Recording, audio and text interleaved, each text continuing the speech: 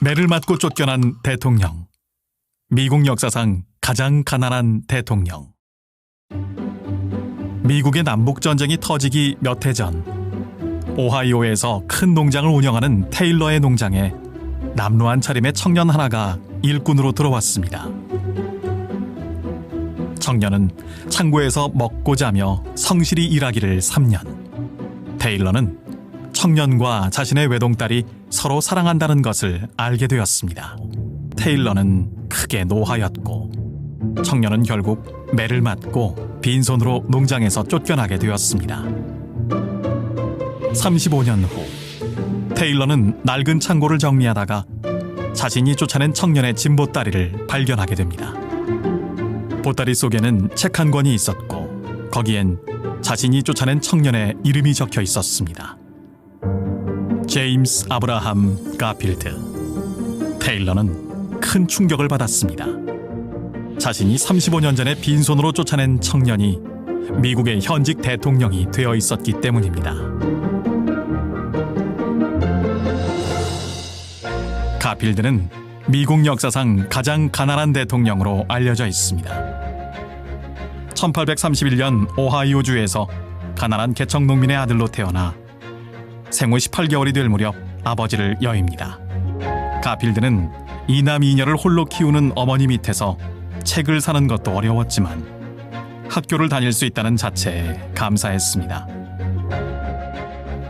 가필드는 자라며 스스로 학비를 벌며 1851년 하이럼 대학, 1856년 윌리엄스 대학을 수석으로 졸업한 후 모교로 돌아와 교수가 되었습니다.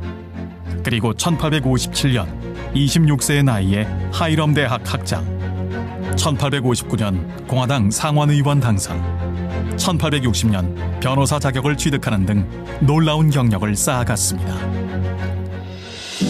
1861년 남북전쟁이 발발하자 가필드는 북군 중령으로 입대해 미들크리크 전투, 치카모카 전투에서 공을 세우며 1863년 소장으로 퇴역하였습니다. 이후 정기로 복귀한 가필드는 8번 연속 하원 의원 당선, 1880년 연방 상원 의원 당선, 그리고 그해 말 대통령 선거에 당선되며 1881년 3월 미국의 제20대 대통령으로 취임하였습니다. 가필드를 대통령으로 만든 것은 무엇일까요?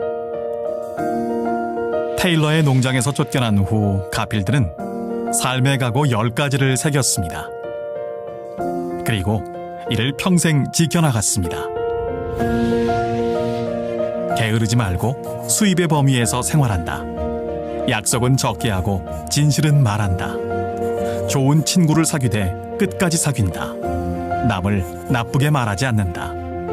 요행을 바라는 것은 게임이라도 피한다. 요행은 없다. 맑은 정신을 흐리게 하는 음료는 피한다. 비밀은 나의 것이나 남의 것이나 지킨다. 돈은 마지막 순간까지 빌리지 않는다. 행동엔 책임을 지고 남의 탓으로 돌리지 않는다. 잠들기 전에 기도하며 반성의 시간을 갖는다. 매를 맞고 빈손으로 쫓겨난 상황에서 악한 마음을 품거나 절망하지 않고 새로운 신념으로 극복할 수 있었던 원동력은 무엇 때문이었을까요? 그것은 어머니의 남다른 가르침 덕분이었습니다. 어느 날 가필드에게 책을 사줄 수 없는 미안함에 어머니가 이렇게 말했습니다. 얘야, 미안하구나. 부모가 되어서 아들이 공부할 책도 제대로 사주지 못하니 말이다. 가필드가 대답했습니다. 어머니, 걱정하지 마세요. 저는 열심히 공부해서 반드시 훌륭한 대장이 되겠어요. 두고 보세요. 어머니는 가필드의 머리를 쓰다듬으며 말했습니다. 오냐, 장하다 얘야. 대장이 되는 것도 좋지만 그보다는 먼저 남을 도울 수 있는 사람이 되어라. 시간이 흘러 대통령 취임식 날, 가필드는 취임식장에 늙은 어머니를 모시고 나타납니다. 그리고 자신이 앉아야 할 대통령 자리에 어머니를 앉히고 자신은 그 옆에 서서 말했습니다.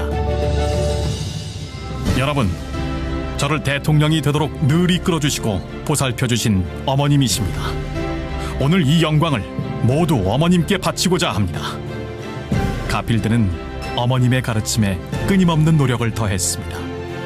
대통령 취임식 연설에서 가필드는 다음과 같은 말을 남겼습니다. 10분을 활용하라. 이것이 모든 일을 성공으로 이끄는 비결이다. 가필드의 학창 시절 모든 성적이 뛰어났지만 수학만큼은 아무리 노력해도 따라잡을 수 없는 친구가 하나 있었습니다. 기숙사 생활을 하던 가필드는 어느 날 공부를 마친 후 잠자리에 들려다 그 친구의 방이 아직 불이 켜져 있는 것을 알게 되었습니다. 며칠을 관찰해보니 그 친구 방의 불은 항상 자신보다 10분 정도 후에 꺼진다는 것을 알게 되었습니다. 그가 나보다 항상 10분을 더 공부했기 때문에 나보다 공부를 잘하는구나. 그 후 가필드는 그 친구의 방에 불이 꺼진 후에 그보다 10분을 더 공부하고 난 후에야 잠자리에 들었습니다. 그리고 결국 그 친구보다 더 좋은 성적을 내게 되었습니다. 이러한 노력들이 쌓이고 쌓여 결국 그를 대통령으로 만들었던 것입니다. 철강왕 카네기는 이런 말을 남겼습니다. 자신이 할 일보다 조금 더 하라. 그러면 당신의 미래는 저절로 풀릴 것이다.